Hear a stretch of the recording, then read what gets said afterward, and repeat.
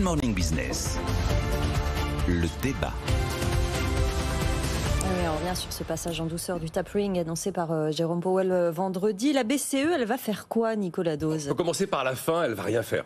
C'est pas à l'ordre du jour. Merci, à demain. Non, Philippe Lane, l'économiste en chef de la BCE, a clairement dit que de toute façon, on avait une date de clôture du programme de rachat d'actifs lié à la pandémie, c'est mars 2022, et que quoi qu'il arrive, derrière, le programme régulier d'achat d'actifs se poursuivra. Alors, de manière un petit peu plus fine, qu'est-ce qu'on attend de la BCE? On va avoir là, des projections économiques trimestrielles. Évidemment, on attend ces projections économiques trimestrielles. Luis de Guindos, qui est le vice-président, nous dit qu'elles seront bonnes. Alors, il ne donne pas le détail, mais elles ont été systématiquement plus positives les unes après les autres, et ça va continuer, dit-il. Le même chef économiste de la BCE, Philippe Lane, nous dit il n'y a pas d'inquiétude particulière sur cette histoire de variants. Il considère même d'ailleurs que l'Europe, dit-il, est une exception.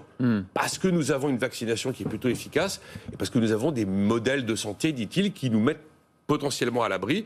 Après, on devrait avoir la confirmation, c'est le 9 septembre que tout ça sera éclairé, j'ai envie de dire, c'est la prochaine réunion du Conseil des gouverneurs, on devrait avoir la confirmation que une inflation un peu au-delà de 2% ne serait en aucun cas un déclencheur de choix de politique monétaire et de virage de politique monétaire.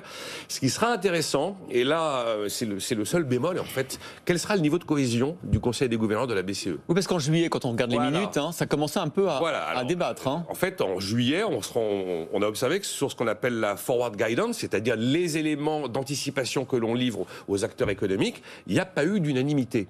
Et c'est peu fréquent qu'il n'y ait pas l'unanimité. Donc, c'est le seul élément qui pourrait créer un petit peu d'incertitude, c'est le niveau de cohésion du Conseil des gouverneurs. Mais en termes de décision de politique monétaire ou de réduction du rythme des achats d'actifs, je ne parle même pas d'une hausse des taux, il ne va absolument rien se passer dans l'immédiat, rien n'est programmé.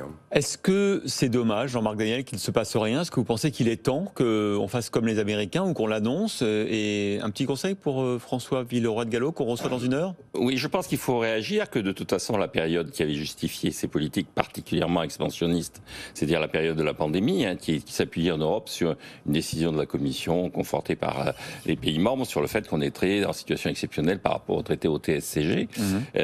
Cette période s'achève. Donc, normalement, c'est retour à la situation sur le plan juridique antérieur qui est le respect du traité et le TSCG, c'est-à-dire pas de déficit budgétaire structurel.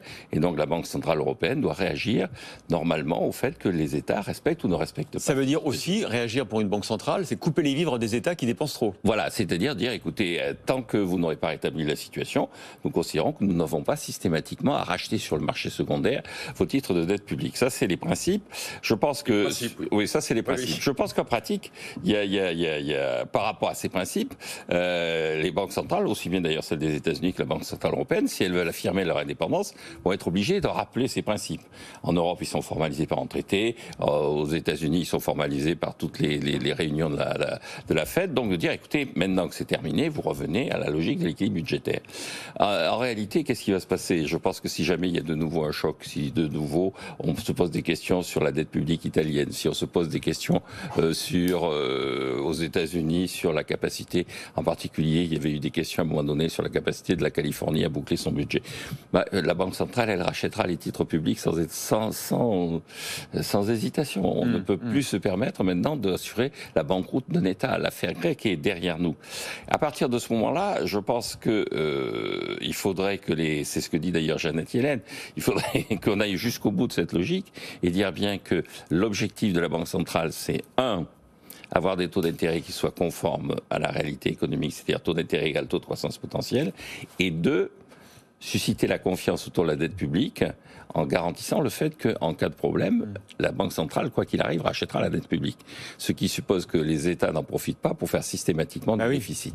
Et donc c'est un peu contradictoire. Voilà. Et donc on est dans une phase où on est en train de créer une sorte de rapport de force, de bras de fer entre les États et les banques centrales sur le thème équilibrez vos comptes publics.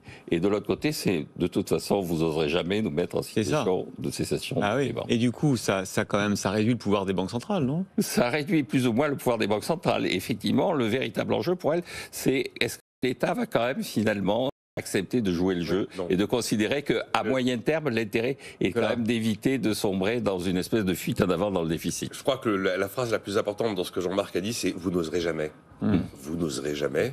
Et on est parti pour vivre comme ça. Je te tiens, tu me tiens par la barbe, Michel. Voilà, exactement. C'est cool, là, c'est cool, Rome. Oui, vous n'oserez jamais. Merci messieurs.